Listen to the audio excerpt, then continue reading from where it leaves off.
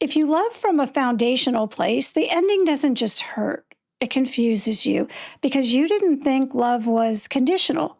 You believed it was a shared agreement. When you love this way, you assume we stay when it's hard. We repair when it breaks. We don't leave just because something feels uncomfortable. So when your partner walks away, your first thought isn't anger, it's disbelief. You ask yourself, did I miss something? Did I fail to explain? Did I give up too soon? Foundational lovers almost always turn inward first because they believe commitment carries responsibility. They stay longer than they should. They work harder than is fair.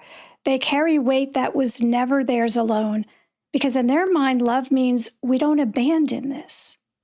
When the relationship ends, the pain isn't only emotional, it's moral.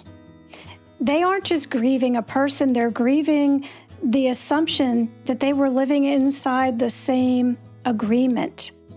This is why the ending feels shattering rather than sad, why closure doesn't come from explanations, why we grew apart doesn't make sense. To a foundational lover, leaving isn't something you do in a relationship. It's something you do after exhausting all repairs. So when a partner leaves without that shared process, it feels like the ground disappears.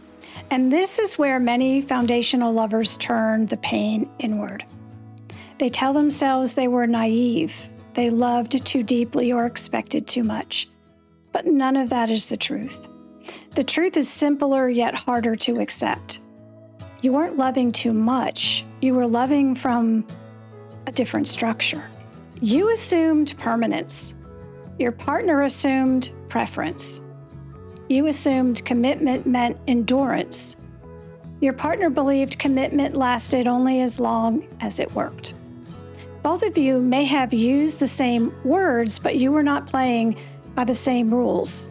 This isn't so much about blame as it is about asymmetry. Foundational love requires compatibility.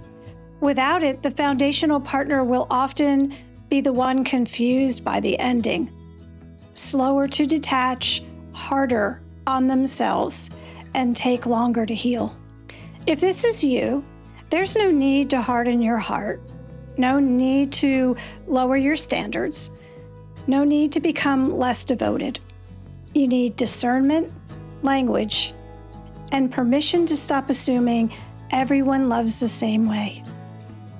In the next module, we'll talk about a very different way people love, one that is sincere, emotion-driven, yet often overwhelmed by the weight of the commitment. It's called capacity-limited love. Thank you for being here.